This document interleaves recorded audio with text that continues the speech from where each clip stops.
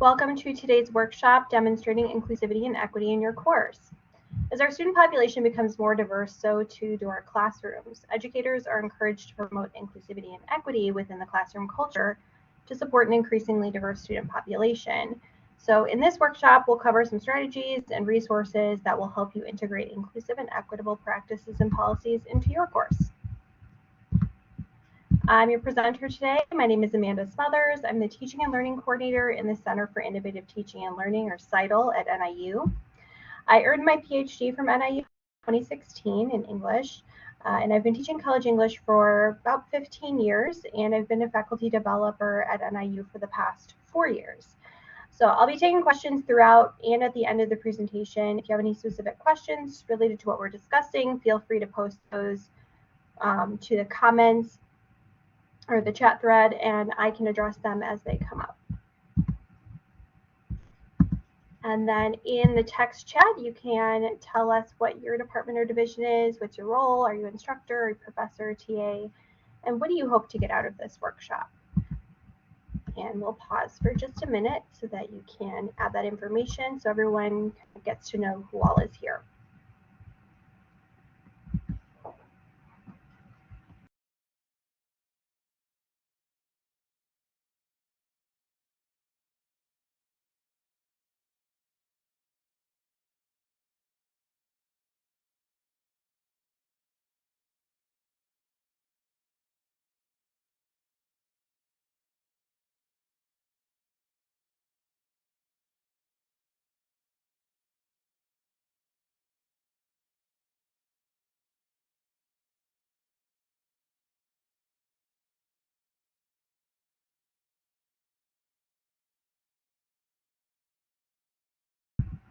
Thank you, Matt.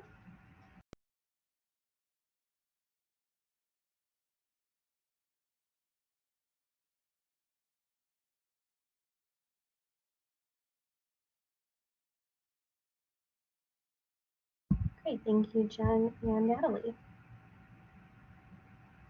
And thank you, Bill.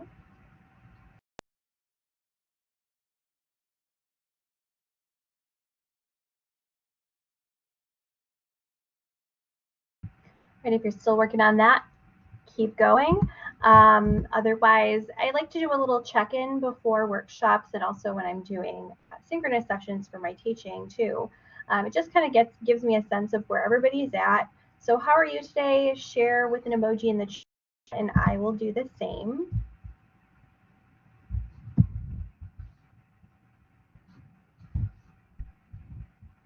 I am caffeinated today.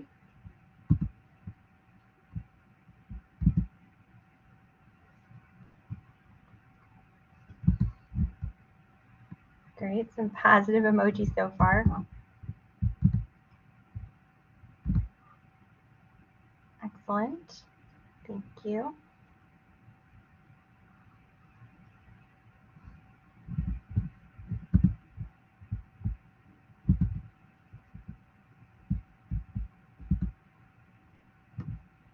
Okay, so it looks like we've got some positive energy here in the workshop today, so that's great. Hopefully we'll all get a chance to learn some things. And again, if you have any questions as we're going through, feel free to throw them in the chat, or you can unmute yourself and we can do it that way too. Either way, whatever you feel comfortable with. So by the end of this workshop, ideally, we will be able to explain the importance of diversity, identify the connection between education and equity, overcome resistance to adding diverse content to courses, explain what it means to have a diverse mindset, connect universal design for learning to equity practices, and integrate some strategies for inclusivity and equity into our courses. So first of all, let's talk about what diversity has got to do with it. And I know that now that song, What Love Got to Do with It, is stuck in my head. So you're welcome for that. But first of all, let's talk about what inclusive teaching is. So essentially, inclusive teaching is pedagogy that tries to serve all students' needs and to support their learning and engagement. Making diverse perspectives accessible to students enriches student learning. It can prompt some stimulating discussions in our classes. It can help us position learning within our students' own cultural context, which makes the learning more meaningful and rich for them. So a common misconception is that inclusive teaching just means bringing up current events or issues of diversity into, for example, a health sciences or a music or kinesiology course. And that's one part of it. So you should offer diverse content, texts, and scenarios in those courses where they're relevant, and they are relevant in any course. But that's not the only component to inclusive teaching. So it also involves focusing on our teaching methods, so how we teach, and also embracing student diversity in whatever form it takes. And that could be from race, gender, identity, ethnicity, socioeconomic background, disability or ability, ideology, personality traits even, and then treating those diverse characteristics as assets in our classrooms. So related to inclusive teaching is something that you've probably heard of before, culturally responsive teaching, the other CRT. This involves utilizing students' cultural capital in our courses. Some strategies for culturally responsive teaching include encouraging our students to draw on their prior knowledge and their diverse experiences, making learning relevant and drawing connections from what they are learning to their lives, to students' lives, providing some opportunities for students to leverage that cultural capital that they have and demonstrate their expertise, and then considering the materials and images and experts that we use or reference in our courses and classrooms, and making sure that they represent diversity so that students can see themselves in our fields. And most importantly, we want to forge connections with students so that they feel respected and valued.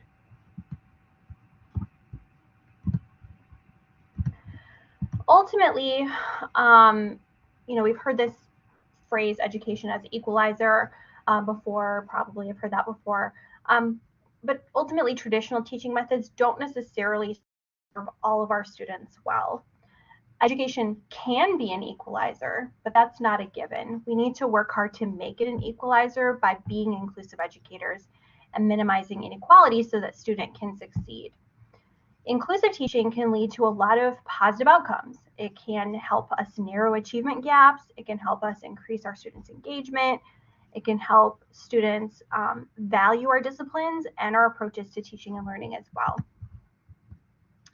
So the first thing that I wanted to bring up that I think is often neglected in DEI discussions, which is neurodiversity.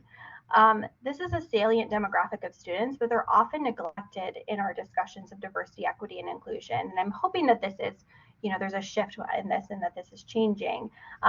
We likely have a lot of neurodiverse students and faculty and staff. And the first step to including them is by recognizing their needs and reducing stigma and stereotypes of what it means to be neurodiverse, and also recognizing those great contributions those individuals can make to our campus community.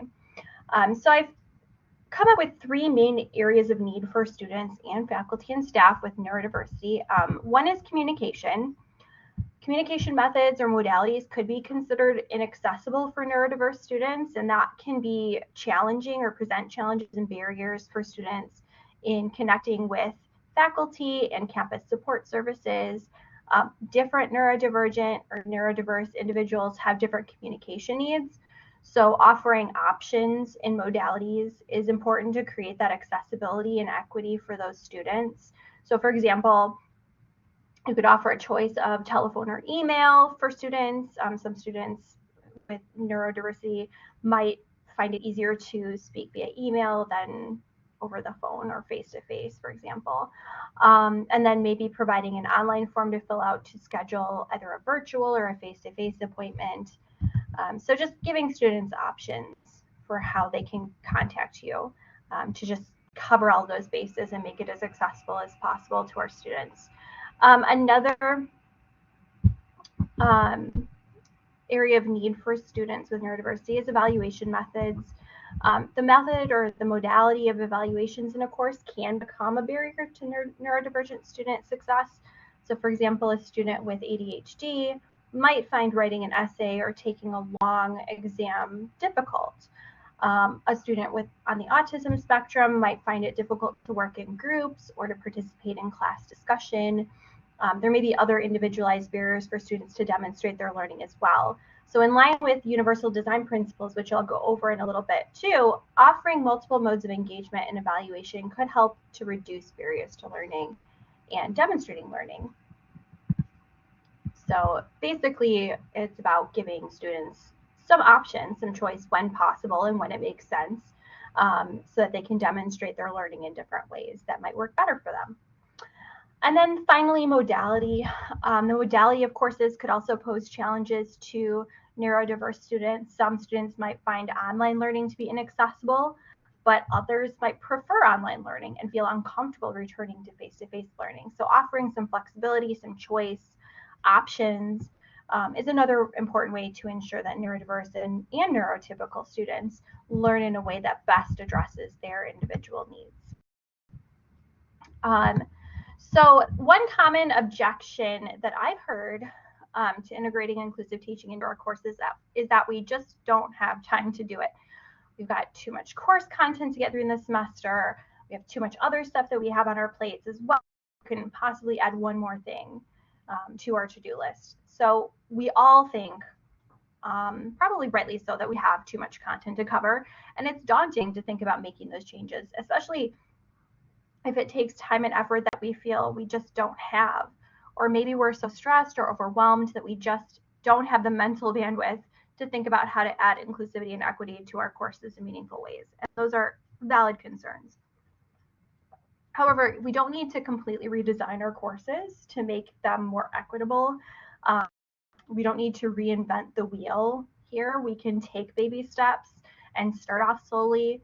So just start by considering some adjustments, or even one adjustment you can make in your course that might help you attract and retain a diverse population of students to your course, first of all, but then by extension to your discipline, because our courses are our pipeline into those disciplines and getting students to become, majors and minors and to entering the field, right? So let's talk about where to begin. What are some small steps that we can take to make our courses more inclusive? One small adjustment you can make is to ensure that your syllabus sets the tone for your course. Reflect diversity and inclusion in the tone of your syllabus as well as the content. Include inclusive syllabus policies, point students to supportive resources, and you can also include diversity statements, and you can find examples of those in NIU's Diversity, Equity, and Inclusion Educators Toolkit, and I'll go over that toolkit and show it in a little bit more detail later in the presentation here.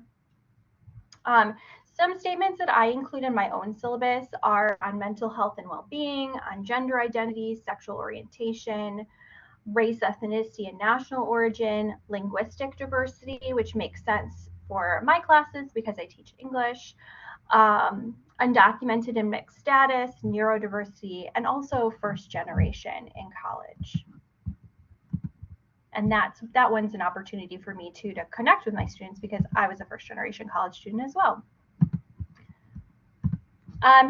Another small change that you can implement is to make sure that your course reflects the diversity of our society and our student body.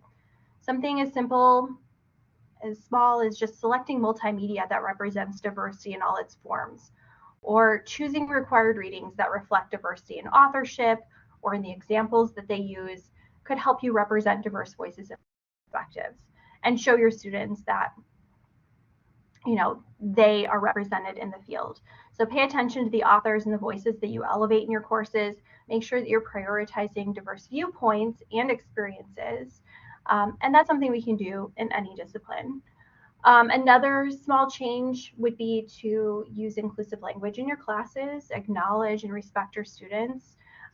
One option is to share your pronouns and give the students the options to share theirs, but don't require it. So you don't want a student to have to define their pronouns or give their pronouns if they don't feel safe or they don't feel comfortable doing so or they don't feel ready to do so. But it just is one way to show our students that we are an ally, that we're a safe person. So sharing our pronouns without the expectation that students have to share theirs is one way to do that. And then use students' acknowledged identity terminology. Again, that's going to help students feel safer and more accepted in your classes. It'll increase your course's sense of community and connection, and that has been proven to increase our persistence and success rates. An additional way to tweak your course without overhauling it completely would be to make sure that it's accessible, that all of your course materials are accessible. So if you haven't already, I recommend exploring the Blackboard Ally resources on our CITL website, and I'll send you a link with that after the workshop today. But with those resources, you can explore how to use the tool to make your course materials more accessible to all students. It can help you identify documents that might have accessibility issues. It can help you fix those issues, explain how to fix them, so that all of your students can benefit from your online course materials, whether you're teaching online or face-to-face. If you're sharing, digital course materials, then it's a great tool to use. Thanks, Matt. Yeah, definitely. So, I've worked too really hard to try to make my documents accessible, and I still find things when I upload files to Blackboard through Ally that, hey, you forgot this or you forgot that. So that it's a great tool, not as something that's meant to be punitive, and nobody's looking at it. So you're the only one who's seeing it for your class. Your students can't see the gauge. They can only see the alternative formats that they're able to access. But it's just a way for us to check, make sure that our things are accessible, our documents are accessible. So as I just mentioned, the tool provides a valuable service to students too. It allows them to access documents that we upload in alternative formats. So they can access a file in HTML format if they're trying to read it on their phone, and we know we can tell our students not to do their work on their phone all that we want, but they're going to because it's convenient. They're, on the run, and they need to be able to access things on their devices. They can also download an MP3 audio file. They can use the Beeline reader. That's really useful for students who maybe have ADHD and have trouble focusing on their reading, and it'll guide their eyes through that.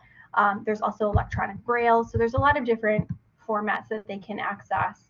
And, a lot of times they'll just click on that on their own, but a great way to encourage the use of those alternative formats and really enhance the accessibility of your course is to make sure to tell your students and show your students what they are and how they can benefit them. So ultimately, to be successful in integrating inclusivity and equity in our courses, we need to practice developing an inclusive mindset so that we see all of our pedagogical decisions that we're making through that lens.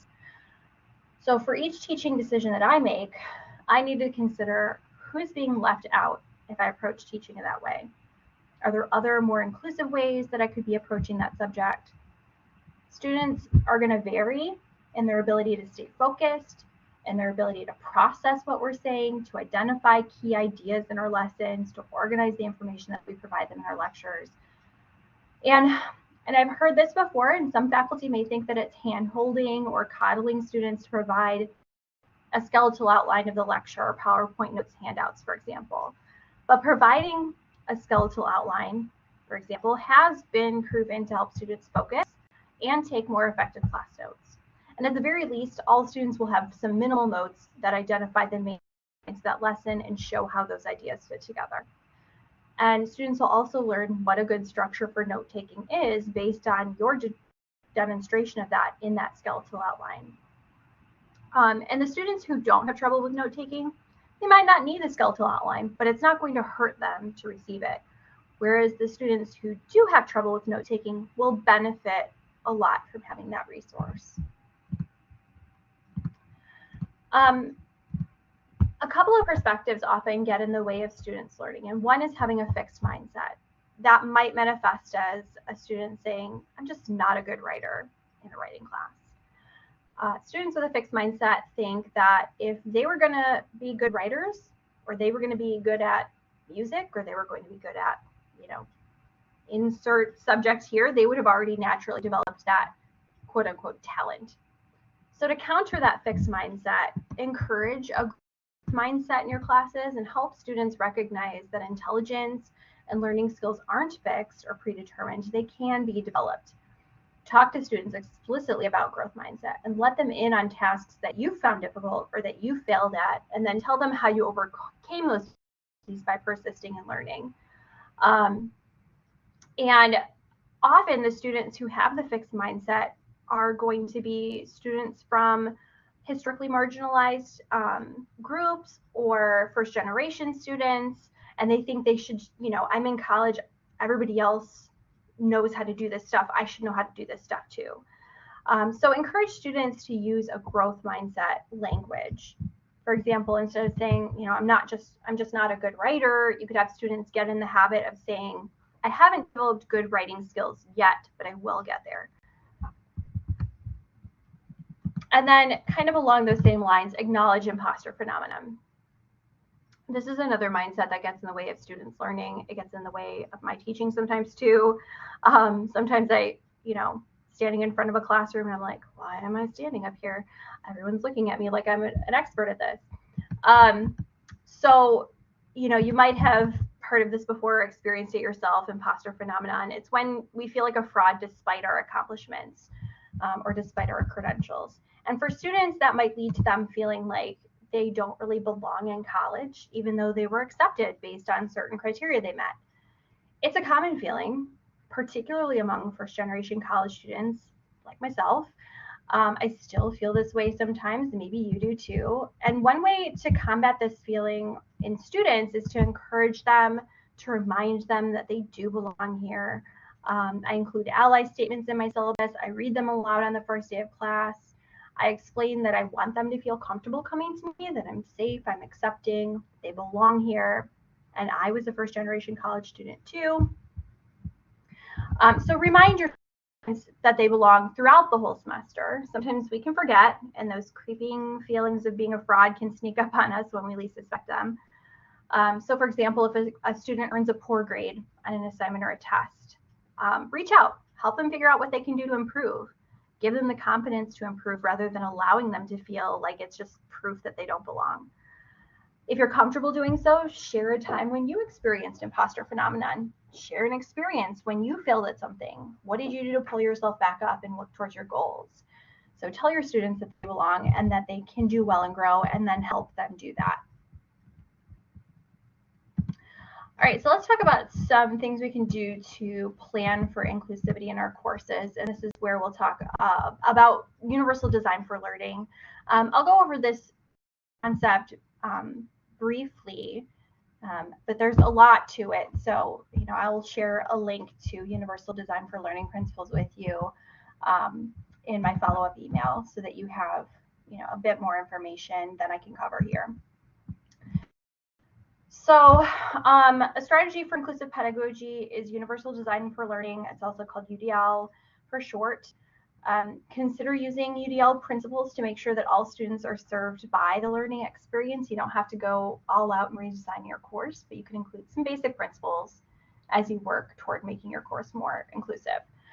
So the essential tenets of UDL are to provide multiple means of engagement, which is the why of learning, provide multiple means of representation, the what of learning, and then provide multiple means of action and expression, the how of learning. UDL is generally understood as a way to improve the learning environment for students with disabilities, but UDL principles apply generally to creating just a more inclusive classroom setting for all learners. So some ways to incorporate UDL principles in your course to make learning more inclusive include creating a course alignment map to make sure that all the course materials, the instructional materials, the learning activities align with your course learning outcomes. Share this map with students too. It gives them, a representation of how everything fits together and shows them why the course is designed the way that it is and how everything is planned out. Also, figure out what your yeah, Natalie. I love this. I've never heard of this. It sounds amazing. I'm wondering, have you ever seen something like this that you could share with us or send out, or anyone on this call who's tried this before? I think this is really great. Yeah, I can send out in my follow-up email for sure. Thank you. No problem. Does anyone here have any experience with incorporating universal design for learning principles? If not, that's really fine. But yeah, I will send out some materials to you after, so you can kind of see what this looks like. Thanks for that question. All right, so another way to incorporate UDL principles is to figure out what your students already know and use that information to craft a learning experience that fits your students. So I'm a big planner. I like to have everything planned out. So this is, something that I might struggle with because I want to have everything planned out. I want to have, this is what we're going to do this day. This is what we're going to do that day. But, if we want to serve our students best, we need to figure out what they already know. So I try to do this in the first week of class, figure out what my students know, use that information to make the learning experience more meaningful for my students. And so that, I'm not going over things that they already know. I can start where they are and meet them where they are. Also use formative and summative assessment. Formative assessments will help you see what students are learning and monitor their progress towards those learning outcomes. And it also allows us to modify our teaching approaches if we see that students aren't progressing like we expected them to.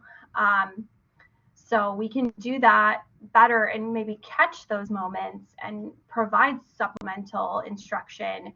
Whereas if we wait until a summative assessment, that opportunity might be gone, or we might have to be going back even more and lose a little bit more time with that. Summative assessments can help us with accountability, with determining whether students have ultimately met our course learning outcomes as well.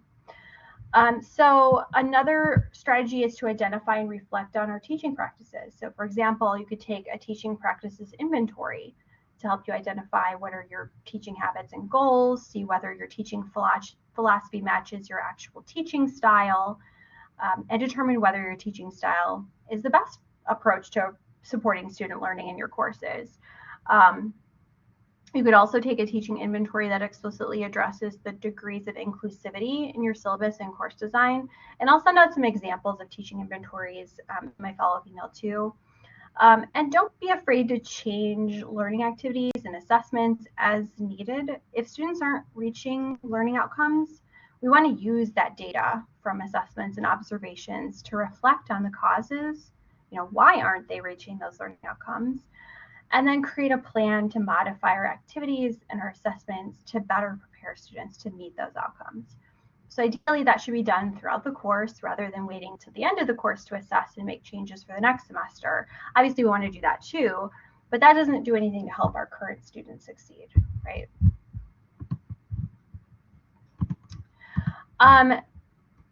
And another strategy is using structure to maximize learning for everyone. Some faculty might consider structure, depending on what your definition of that, as hand-holding, but we want to try to resist that impulse to dismiss structure. Without structure, our course goals might be accomplished or they might not. More structure works for most students, and it doesn't hurt those students who don't need it. Less structure doesn't affect students who don't need the structure, but it does limit the learning of those who need that added structure. And if we want to be inclusive and equitable educators, we need to lean into the approach that's going to serve the most students. And that approach is more structure. Students have, different cultural backgrounds. They have different personalities. They have different social supports, learning differences, different levels of confidence in their abilities and knowledge. So adding more structure to our courses helps us reach more students. Low structure teaching methods would include things like lecturing, cold calling. Sometimes these are used either intentionally or unintentionally to identify quote unquote weak students. And those students wind up being left behind. They're excluded from our learning. And discomfort with learning is a distraction from learning. So if a student has anxiety about being called out in front of the entire class, that discomfort is going to distract the student from their learning experience in that class. Another practice of low structure courses is prioritizing high stakes assessments without providing opportunities to practice and receive feedback. So including more low stakes formative assessments with helpful feedback is going to benefit all of our students. And in addition to building structure into our course design, we can also build structure into our assignments. So we want to make sure that assignments clearly convey what our expectations are, including the parameters, media, genre, purpose, audience. So what are the criteria for success on this particular assessment?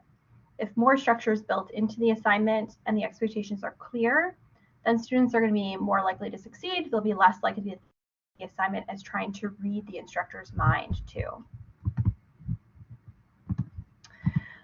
So if your classes are anything like mine, it can be like pulling teeth to get students to speak up in a whole class discussion, particularly after the pandemic. So small groups are a good low pressure way for students to share their ideas, and I found them to work well in my own classes, both face-to-face and online classes to a degree.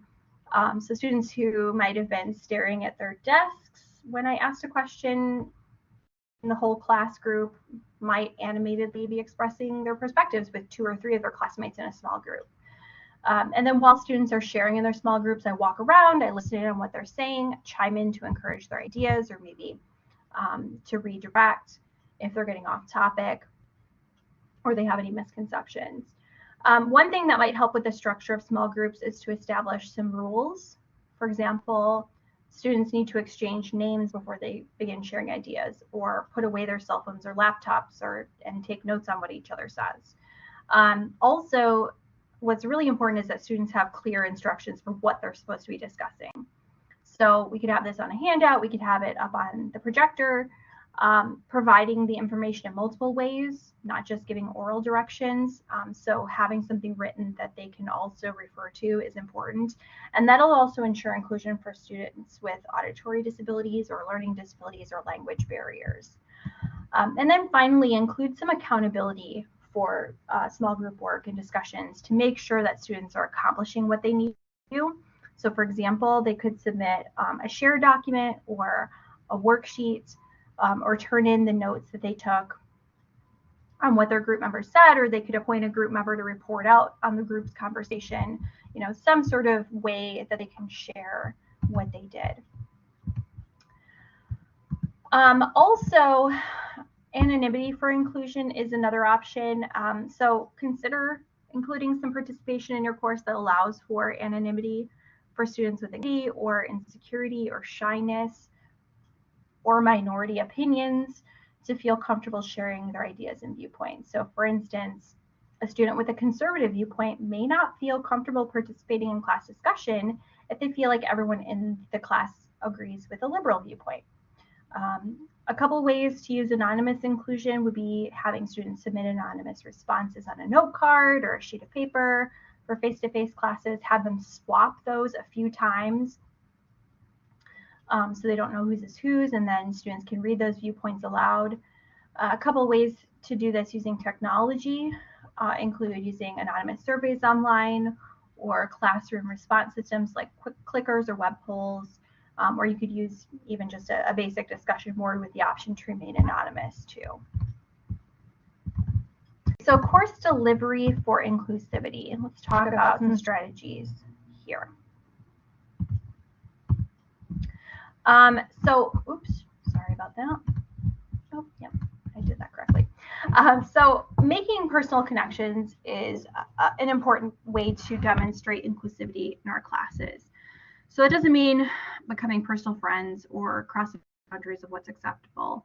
What it does mean is that students feel seen and that they feel connected both to us as their educators and also to the class as a whole, or at least some individuals in the class.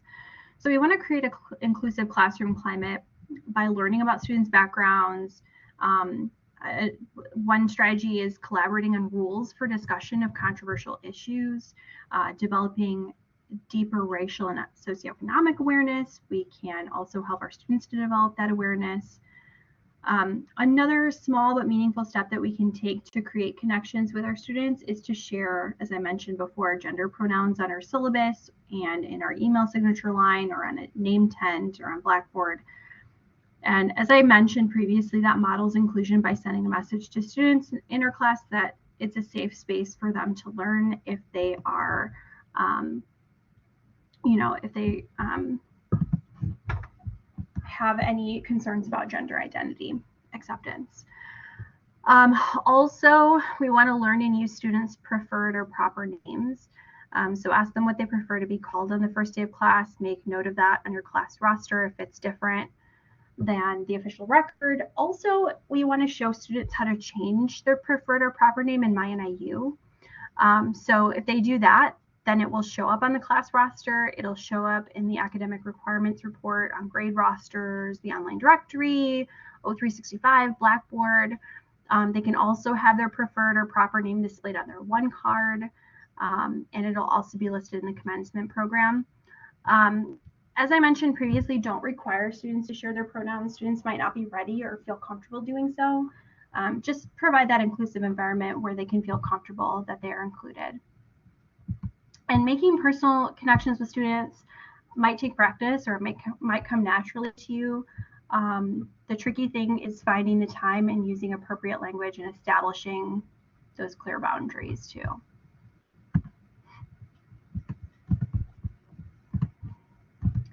Some other tips for creating some connections include using students' names.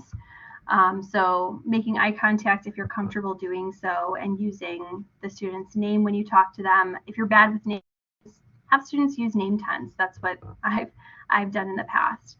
If you have trouble pronouncing names, ask students for a phonetic spelling or a recording so you can learn how to pronounce their names. Make that effort. Also engage, and there's also apps out there too that will help you pronounce students' names. So you can utilize whatever resources that are available to make sure that you make that effort to pronounce their names correctly. Also engage students in small group introductions during the first week of class so they can learn more about each other and start developing that sense of community and belonging. They'll feel more comfortable coming to class and engaging if they know who their classmates are and they feel comfortable with them. Also, you can send just a short note or an email to congratulate a student who did well on an early assessment or who you noticed made an improvement. Also reach out to students individually who are struggling or who might not have done so well on an assessment, and explain your willingness to help them, but also provide a time when you can meet with them, either face-to-face or virtually. Check in on students who've missed class, and do that, soon after they've missed class. So don't wait until they've missed, 2, 3, 4 weeks of class. To make that easier, contacting students, ask for multiple ways to communicate with them at the beginning of the semester, and ask what their preferred method of communication is. Just be careful of verbal regulations if you're using communication outside of official channels.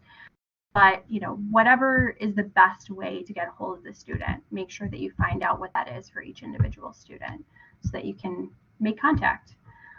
Another strategy for making connections is to make yourself human to them. Humanize your class. Share who you are. Offer insight about yourself when it's relevant to whatever you're discussing in class.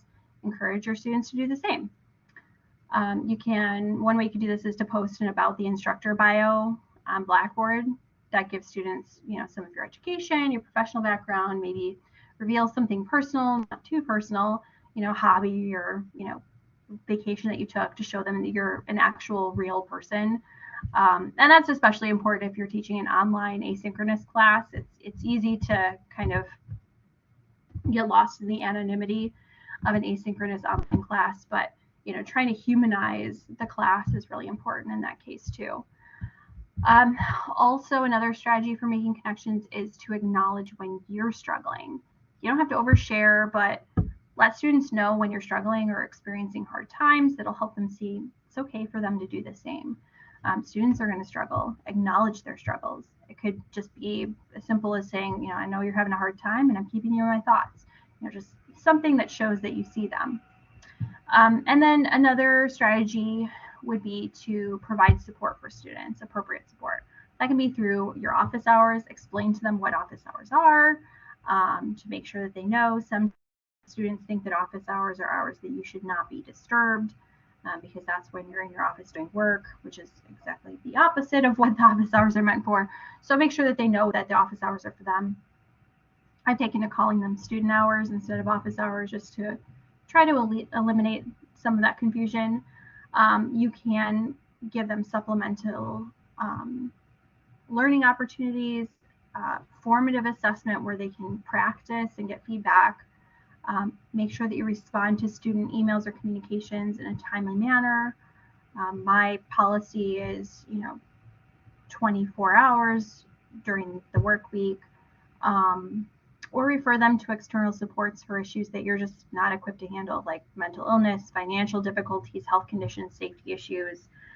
And for those supports, if possible, walk your student over there after class. They're more likely to take advantage of student support services if they are, walked to that office. You don't have to, force them to go in, but walk them over. This is where it's at.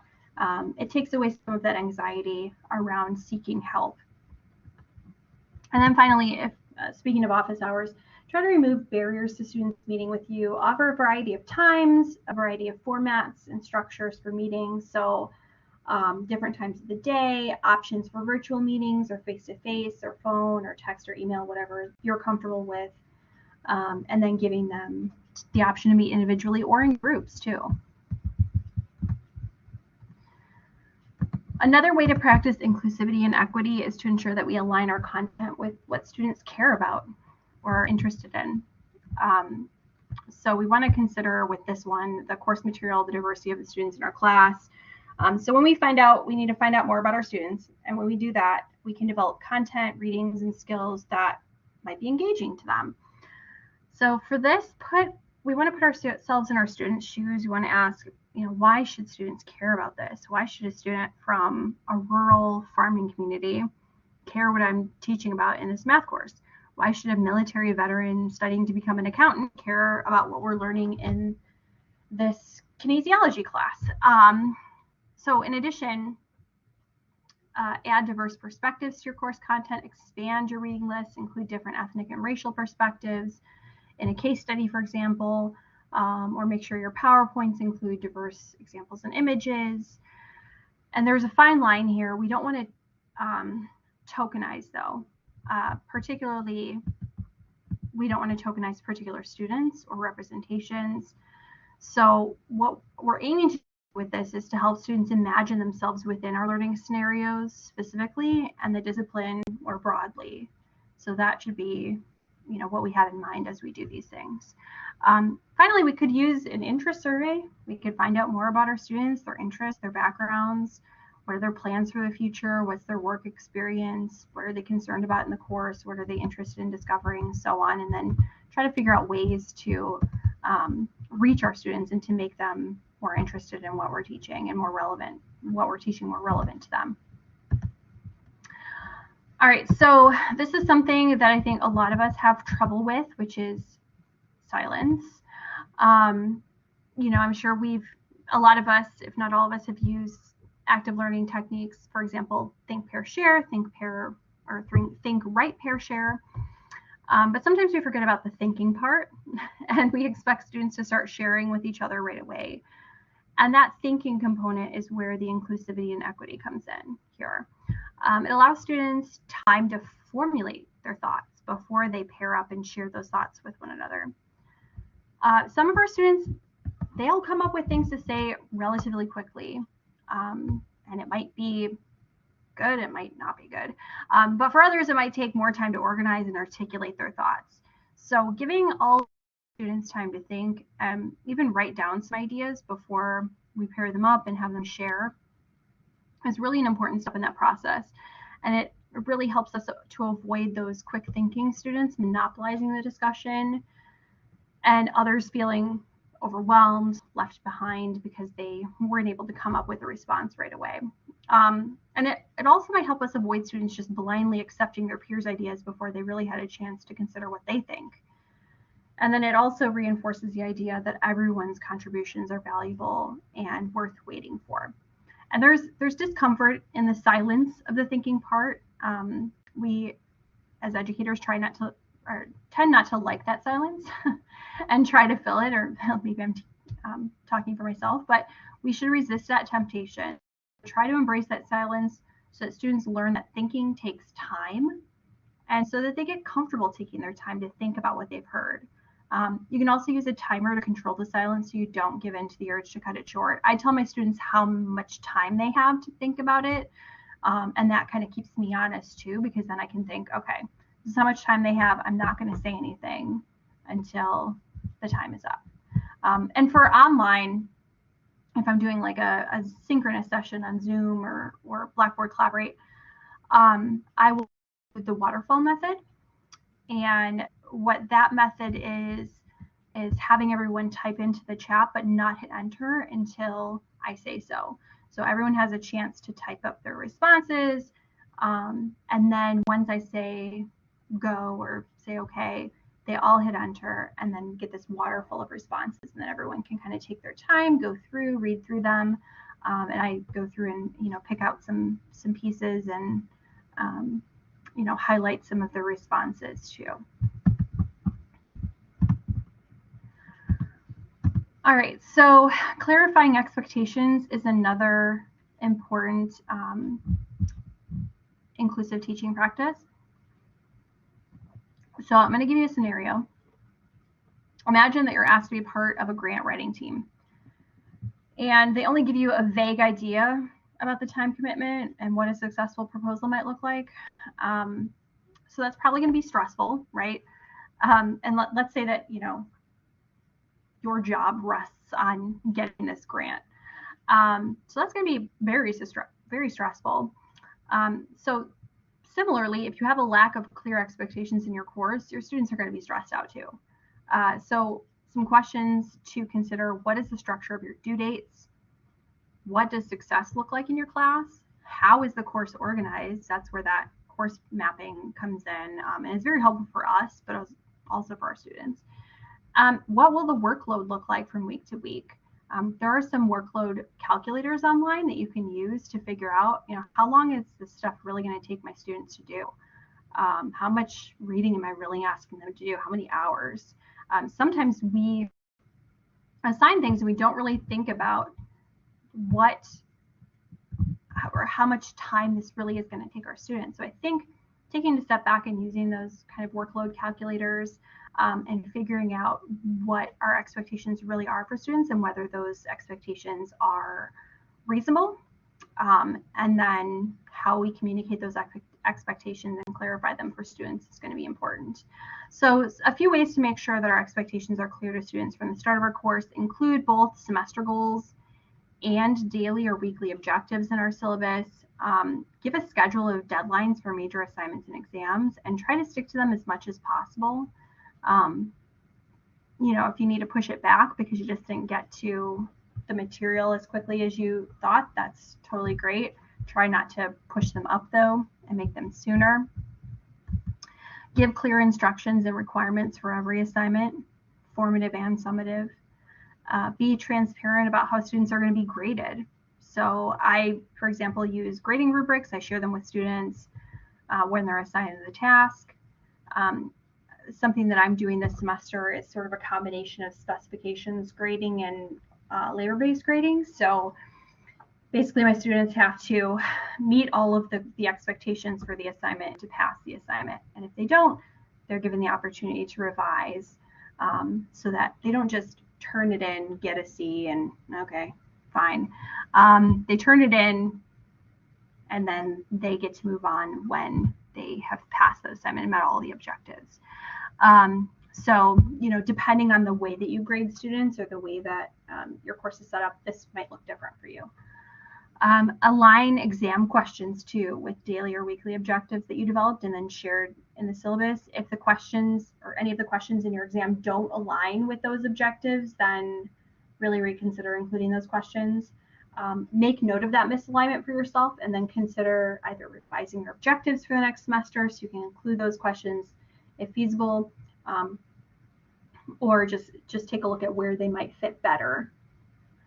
And then finally, design your course content so students can find what they're looking for. Organize it around objectives or units or weekly schedules, for example. I use folders for units, and then I use learning modules for each week so that students can keep track, and I include the dates of that week in there in the title of that learning module as well, so that I can make sure that they know where things are when they need them. All right, so let's talk about equitable grading next. And this will cover something that I hear a lot, which is rigor. So an important component to inclusivity and equity in teaching is developing a fair, consistent, and clear grading structure. And I have a whole workshop on that, which you can watch a recording of or come to the next time that I offer it, probably in the fall. So you may be an advocate of rigor in your classes, and that may lead to an assumption that your goal in grading is to weed out students who don't belong or can't hack it in the discipline. Some clues that this is a faculty member's grading style might be a syllabus statement stating what percentage of students will earn an A in the course and what percentage can expect to fail. It may even involve ranking students or grading students relative to one another's performance rather than a set of predetermined criteria. So the message to students when a faculty member expresses or demonstrates that mindset is that we don't see each student as capable of success. And our goal is to sort students who can succeed and those who just can't. And that reinforces the fixed mindset that we're trying to work against as inclusive educators. And it also feeds into students' insecurities and feelings of imposter phenomenon, which is not conducive to learning and succeeding in any course. So for courses where this is the approach to grading, who is most likely to do well? The answer is students who already do well in high-stakes situations, who have the time and money for test prep training or study groups, or who don't have outside work or caregiving responsibilities. So in other words, students who already feel like they belong. And that kind of grading practice communicates exclusion to our students, not inclusion. It also works against creating a sense of community in our courses because students are competing for those few coveted spots at the top. And students who don't have the confidence that they will get one of those top spots might feel discouraged from even trying to do well in the course, and they might just withdraw, either officially or unofficially, and just stop attending. So we don't want to create unnecessary obstacles to student success. We want to provide fair, clear grading guidelines. We want to make sure that students know what mastery or success in our courses and on individual assessments looks like. And we want to give them that path to succeed and the confidence that they can succeed. All right, so we want to evaluate our students' learning throughout each class. This is another important piece for inclusivity and equity. We don't want to talk throughout the entire class period. So lecturing for an hour and 15 minutes. How do we know if students are learning it if all they're doing is listening to us speak? So evaluating whether students are learning, providing opportunities for students to demonstrate that learning in real time, that's important to make sure that students are progressing toward our learning outcomes. And something that I think is important is that just covering the content doesn't mean that students are learning that content.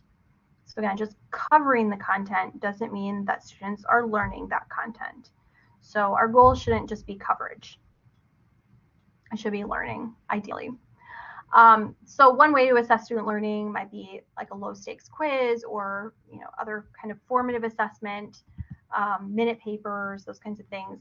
And that'll allow you to obtain evidence about the learning of all your students, identify when even a small number of students aren't learning so that you can change your approach. You could also include typical test questions in your classes. That'll help students see the caliber and types of questions that they can expect. On the major assessment, it gives you the chance to assess students' mastery of course concepts before they take that high stakes exam. And if students need extra support, either as a whole or individually, you can identify that and you can provide them with those supports. I'm going to start talking kind of fast because I just realized we only have like 4 minutes left. And I have some things to get through. You can also assess students before and after class. So for instance, maybe a vocab quiz before class to see whether they understand the terminology that you use during the lesson, or a formative assessment asking them to apply what they learned from the lesson after class. And those pre and post class assessments will help students build effective study habits. An important rule for those assessments is that they should be required so that you have more information about students' learning, and so students have maybe a more realistic idea of their own learning too. Students sometimes overestimate their learning. Lowering the stakes is another inclusive teaching strategy. So having a single exam or a paper that carries a ton of weight in a student's course grade risks letting that one experience destroy a student's grade, and it also creates unnecessary stress. A more inclusive approach might be to downplay high stakes work by offering alternatives, like allowing them to drop a quiz grade or letting them retake an exam, or replacing some of the weight of a major assessment with multiple smaller assessments. So just kind of take a look at your grading scheme and whether it's allowing students to learn and grow, or whether it might be sabotaging their learning and making them feel like they don't belong or just can't succeed. So just kind of going back to the problem with rigor, a lot of faculty members, I shouldn't say a lot, but some faculty members still think that a challenging course should be like an obstacle race, right? You set up the tasks, each student has to finish them or not to a certain standard within a set time. And if only a few students do it, that means the course is rigorous. But terms like rigor and grit and imposter phenomena lay credit or blame on the individual, the student, when often it's our academic system that's creating barriers to our student success and makes them feel like they don't belong. So I want to recognize rigor for the exclusionary idea that it is and for the privileged practices that it usually promotes. For some faculty, abandoning rigor means lowering our standards, watering down courses. Many conceptions of and approaches to rigor involve privileging students who have high academic literacy or are already aware of the hidden curriculum of higher education. For example, the unofficial rules, the routines, the procedures, the structures. Maybe many of their family members have gone to university and have imparted this knowledge on them. But academic rigor doesn't help us build our students' academic literacy, and it doesn't help us reveal to them the hidden curriculum. We can have high standards and inclusive teaching practices. So that is something that we want to look at, is trading rigor for high standards and inclusivity. So we'll just stop using the term rigor. It's usually code for some students belong here and some don't. It's become an exclusionary term, and we, hopefully, since we're here, we want to be inclusive educators. Ultimately, we can maintain high standards for our courses. We can provide all students with the support and tools that they need to reach those standards as well. So some ways to support student success includes incorporating frequent low-stakes assessments and activities that help students practice concepts and skills that are required to meet our course's high standards. Also providing them with clear course expectations, moving away from grading on a curve, and considering mastery-based grading. Or specifications grading. So assume all of our students are capable of success and deserve to pursue the academic discipline that they choose. Don't try to weed out students. Design your course in a way that helps them master essential concepts and skills, set high standards for them, and provide students with the support that they need to meet those standards. So one other strategy that I will mention is the mid-semester survey. It's the easiest to implement. We always learn something when we survey our own students. At the beginning of the semester, ask students what makes them feel included in a course, and then check in again mid-semester to find out what students think could be improved so that we can make some meaningful changes for the second half of the course. And then at the end of the semester, survey students again to ask them, in what ways did I convey that I cared for all students' learning? So use anonymous surveys so students feel comfortable being honest about their experiences and the ways that they feel that the course could be improved and made more inclusive. So I didn't have time to go, sorry about that. I didn't have time to go over the Diversity, Equity, and Inclusion Educators Toolkit, but I will send this to you in my follow-up email. And if you have any other questions, I got some personal direct questions about mastery-based grading, and I can send information about that in my follow-up email as well. So I will send you a link to this.